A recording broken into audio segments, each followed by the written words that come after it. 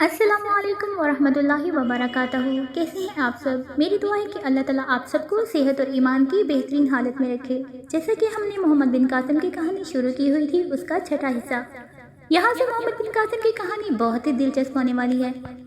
اگر یہ آپ کو اچھی لگ رہی ہے تو اسے لائک کریں، شیئر کریں اور سبسکرائب کریں، کیونکہ ہم جانتے ہیں کہ یہ ہمارے تاریخی ہیرو ہیں جو کہ اسلام کے لیے انہوں نے بڑی قربانیاں دی ہیں، اللہ کی راہ میں جہاد کیا ہے، تو ہم سب کو ان کے بارے میں پتہ ہونا چاہیے۔ تو چلتے ہیں ہم اپنے حصے کی طرف، یعنی کہ چھٹا حصہ، سر اندیب کے دربار میں۔ مہاراجہ سر اندیب تخت پر رونق افروز تھا۔ تخت سے نیچے دائیں بائیں امبوس کی کرسیوں پر چند سردار حسب مراتب بیٹھے تھے۔ راجا کے دائیں ہاتھ سب سے پہلی کرسی راجکمار اودھے رام کی تھی۔ راجکمار ایک خوش شکل اور بارود نوجوان تھا۔ کرسیوں کے پیچھے دو کتاروں میں چند عہدیدار ہاتھ باندھ کر کھڑے تھے۔ چوبدار دربار میں داخل ہوا اور رسمی ادا بجا لانے کے بعد بولا، مہاراج دلیپ سنگھ حاضر ہونے کی اجازت چاہتا ہے۔ راجا پریشان سا ہو گیا اور بولا، دلیپ سنگھ آ گیا؟ ابوالحسن اور اس کے ساتھی کہاں ہیں؟ چوبدار نے جواب دیا، مہاراج ان میں سے اس کے ساتھ کوئی نہیں ہے، ایک عرب نوجوان ہے اور وہ بھی آپ کی خدمت میں حاضر ہونا چاہتا ہے۔ راجا نے بے قرار ہو کر کہا، بلاؤ انہیں، جلدی کرو۔ چوبدار کے واپس جانے کے تھوڑی دیر بعد دلیپ سنگھ ایک 20-22 سالہ عرب نوجوان کے ہمراہ داخل ہوا۔ دلیپ سنگھ کے ہاتھوں میں چاندی کا ایک تشت تھا جس میں ایک سونے کی ڈبیا اور ایک خنجر تھا۔ خنجر کے دستے میں بے شک قیمت ہیروں کے نگینے جگمگا رہے تھے۔ دلیپ سنگھ دروازے اور تخت کے درمیان مختلف مقامات پر 3 بار جھکا، پھر وہ آگے بڑھا اور راجا کے سامنے تشت رکھنے کے بعد ہاتھ باندھ کر کھڑا ہو گیا۔ لیکن اس دوران میں راجا، ولی عہد اور باقی حاضرین دربار کی نگاہیں زیادہ تر اس کے نوجوان ساتھی پر مرکوز تھیں۔ یہ زمانہ جس سے ہماری داستان تعلق رکھتی ہے، عرب کے صحرا نشینوں کی تاریخ کا سنہری زمانہ تھا۔ اسلامی فتوحات کی سیلابی موجوں کے سامنے اس سے کئی سال قبل کفر کے مضبوط ترین قلعوں کی دیواریں کھوکھلی ہو چکی تھیں، اور اب ایک زبردست ریلا انہیں خس و خاشاک کی طرح بہائے لے جا رہا تھا۔ ترکستان، آرمینا اور شمالی افریقہ کے میدانوں میں ان کے گھوڑے سر پر دوڑ رہے تھے۔ فتوحات کی سیلاب کی ایک لہر مشرق سے مکران تک پہنچ چکی تھی۔ یہ وہ زمانہ تھا جب کرب و جوار کے ممالک کے باشندے ہر عرب کے چہرے پر سکندر کا بخت، ارسطو کی فراست اور سلیمان کا سا جاہ و جلال دیکھنے کے عادی ہو چکے تھے۔ روئے زمین کی ایک پسماندہ قوم اسلام کی دولت سے مالا مال ہو کر دنیا کی نگاہوں میں وہ بلندی حاصل کر چکی تھی جو آج تک کسی قوم کو نصیب نہیں ہوئی۔ سر اندیب کے راجا کے دربار میں وہ نوجوان کھڑا تھا جس کے آباء و اجداد یرموک اور قادسیہ کی جنگوں میں مشرق اور مغرب کی 2 عظیم ترین سلطنتوں کی عظمت کو خاک میں ملا چکے تھے۔ وہ ان نوجوانوں میں سے تھا جن کی صورت دیکھنے کے بعد کسی کو ان کی سیرت کے متعلق تحقیق کی ضرورت محسوس نہیں ہوتی۔ راجا اور اس کے درباری ایک ہی نظر میں اس کی صورت اور اس کی سیرت کے ہزاروں خوبیوں کے معترف ہو چکے تھے۔ وہ بے پرواہی سے قدم اٹھاتا ہوا آگے بڑھا اور دیکھنے والوں کی نگاہیں اس کے جسم کی ہر جنبش میں ایک غایت درجہ کی خود اعتمادی دیکھنے لگی۔ اس کے ہونٹوں کو جنبش ہوئی اور تمام حاضرین ہمت اندوش بن گئے۔ کچھ دیر السلام علیکم کے الفاظ راجا اور درباریوں کے کانوں میں گونجتے رہے۔ راجکمار وعلیکم السلام کہہ کر مسکراتا ہوا اٹھا اور تمام سردار اٹھ کر کھڑے ہو گئے۔ راجکمار نے مصافحہ کے لیے ہاتھ بڑھایا اور تمام سردار دربار کا آداب کا لحاظ نہ رکھتے ہوئے باری باری آگے بڑھ کر اس سے مصافحہ کرنے لگے۔ راجکمار نے اسے اپنے قریب بٹھا لیا اور ٹوٹی پھوٹی عربی میں اس سے باتیں کرنے لگا۔ راجکمار نے پوچھا، آپ کا نام؟ نوادر نے جواب دیا، زبیر۔ آپ کہاں سے آئے ہیں؟ بصرہ سے۔ ابوالحسن اور اس کے ساتھیوں کا کچھ پتہ چلا؟ زبیر نے جواب دیا، نہیں، مجھے ڈر ہے کہ وہ راستے میں کسی حادثے کا شکار ہو چکے ہیں۔ راجکمار کے چہرے پر پس مرتگی سی چھا گئی۔ راجا کچھ دیر فیصلہ نہ کر سکا کہ اسے راجکمار کی باتوں پر خوش ہونا چاہیے یا ناراض۔ حاضرین تخت کے بجائے ان 2 کرسیوں کی طرف دیکھ رہے تھے جن پر راجکمار اور عرب نوجوان رونق افروز تھے، اور راجا کے لیے یہ نئی بات تھی، لیکن اپنے اکلوتے بیٹے کے منہ سے عربی کے ٹوٹے پھوٹے الفاظ سننے کی مسرت اس تلخی پر غالب آ رہی تھی۔ بالآخر اس نے کہا، ہم آپ کو دیکھ کر بہت خوش ہوئے ہیں۔ زبیر نے جواب دیا، شکریہ۔ سر اندیب کے راجا کو ہمارے خلیفہ اور وائی عراق سلام کہتے ہیں۔ یہ فقرہ نصف عربی اور نصف سر اندیب کی زبان میں ادا کیا گیا تھا۔ راجا اور ولی عہد کی مسکراہٹ دیکھ کر تمام درباری ہنس پڑے۔ راجا نے پوچھا، آپ نے ہماری زبان کہاں سے سیکھی؟ زبیر نے دلیپ سنگھ کی طرف اشارہ کرتے ہوئے کہا، یہ میرے استاد ہیں۔ راجا اور درباریوں نے دلیپ سنگھ کو پہلی دفعہ توجہ کا مستحق سمجھا۔ راجا نے کہا، ہاں دلیپ، ابوالحسن کا کچھ نہیں پتہ چلا؟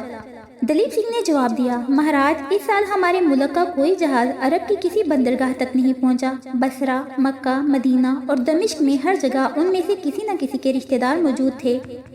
لیکن سب نے یہی بتایا کہ وہ حج پر نہیں پہنچے۔ واپسی پر میں ہر بندرگاہ سے ان کا سراغ لگاتا آیا ہوں، لیکن ایسا معلوم ہوتا ہے کہ سندھ کے ساحل کے قریب ان کا جہاز کسی حادثے کا شکار ہو چکا ہے۔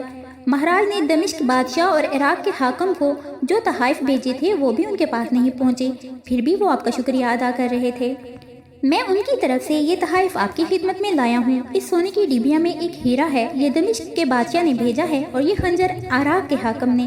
میں عربی نسل کے 8 گھوڑے بھی لایا ہوں، اور 4 سفید ہیں اور جو بادشاہ نے دیے ہیں، اور وہ 4 مشکی ہیں جو عراق کے حاکم نے بھیجے ہیں۔ انہیں شاہی اسدبل میں پہنچا دیا گیا ہے۔ راجا نے جھک کر ڈبیا اٹھائی اور کھول کر کچھ دیر چمکدار ہیرا کو دیکھنے کے بعد خنجر اٹھا کر اس کے دستے کی تعریف کرتا رہا۔ اس کے بعد اس نے دونوں تحفے راجکمار کی طرف بڑھاتے ہوئے کہا، دیکھو راجکمار، یہ تحفہ اس بادشاہ کا ہے جس کا لوہا ہر لوہے کو کاٹتا ہے، جس کی سلطنت میں کئی دریا، کئی پہاڑ اور کئی سمندر ہیں، جس کے سپاہی پتھر کے قلعوں کو مٹی کے گھرندے سمجھتے ہیں اور گھوڑوں پر سوار ہو کر دریاؤں کو عبور کرتے ہیں۔ اور یہ خنجر مجھے عراق کے حاکم نے بھیجا ہے، جس کے نام سے بڑے بڑے بادشاہ کانپتے ہیں۔ راجکمار کسی اور خیال میں تھا۔ اس نے یہ دونوں چیزیں بے پرواہی سے دیکھی اور وزیر کے ہاتھوں میں تھما دیں۔ یہ تحائف جنہیں سرندیب کا سادہ دل راجا روئے زمین کے تمام خزانوں سے زیادہ قیمتی سمجھتا تھا، یک کے بعد دیگرے تمام درباریوں کے ہاتھوں میں گردش کرنے کے بعد پھر راجا کے پاس پہنچ گئے۔ وہ کبھی خنجر کا دستہ چٹولتا اور کبھی ڈبیا کو کھول کر دیکھتا۔ بالآخر اس نے زبیر کی طرف دیکھا اور کہا، میرا جی چاہتا ہے کہ میں اپنی آنکھوں سے تمہارے بادشاہ کو دیکھوں۔ زبیر نے کہا، ہمارا کوئی بادشاہ نہیں ہے۔ راجا نے مسکراتے ہوئے کہا، ابو الحسن بھی یہی کہا کرتا تھا کہ مسلمان کسی کو بادشاہ نہیں بناتے۔ بیچارہ کتنا اچھا آدمی تھا، تلوار کا دھنی، بات کا پکا۔ اس کی لڑکی کو کس قدر صدمہ ہوگا، اور عبد الرحمن اور یوسف کس قدر سے شریف تھی۔ بھگوان جانے یہ خبر سن کر ان کے بال بچوں کی کیا حالت ہوگی۔ آپ ان سے ملے ہیں؟ جی نہیں، میں سیدھا آپ کے پاس آیا ہوں۔ زبیر نے اپنی جیب سے ایک خط نکال کر راجا کو پیش کرتے ہوئے کہا، یہ مجھے خط بصرہ کے حاکم نے دیا ہے۔ راجا نے دلیپ سنگھ کو اشارہ کیا۔ دلیپ سنگھ نے زبیر سے خط لیا اور اسے کھول کر ترجمہ سنانے لگا۔ مہاراج کو ولی بصرہ سلام کہتے ہیں۔ وہ عرب تاجروں کی بیواؤں اور یتیم بچوں کے ساتھ نیک سلوک کے ممنون ہیں۔ ان کی خواہش ہے کہ مہاراج ان بیواؤں اور یتیم بچوں کو بصرہ پہنچا دینے کا بندوبست کریں۔ وہ آپ کے ایلچی کے ساتھ اپنی فوج کے ایک سپہ سالار زبیر کو ایک جہاز دے کر بھیج رہے ہیں اور امید کرتے ہیں کہ آپ بہت جلد ان کی روانگی کا بندوبست کر دیں گے۔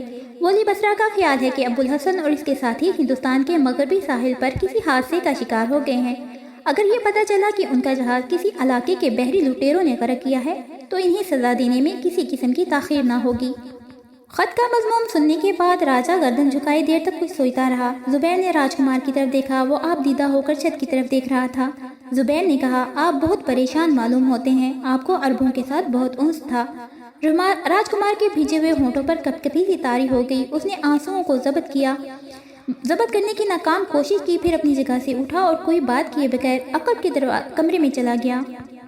راجا کو بذات خود ابو الحسن کے ساتھ دلی لگاؤ تھا۔ اس کی موت کی خبر اس کے لیے کم المناک نہ تھی، لیکن مسلمانوں کے خلیفہ کے ایلچی کی موجودگی کے احساس سے انتہائی ضبط سے کام لینے پر مجبور کر رہا تھا۔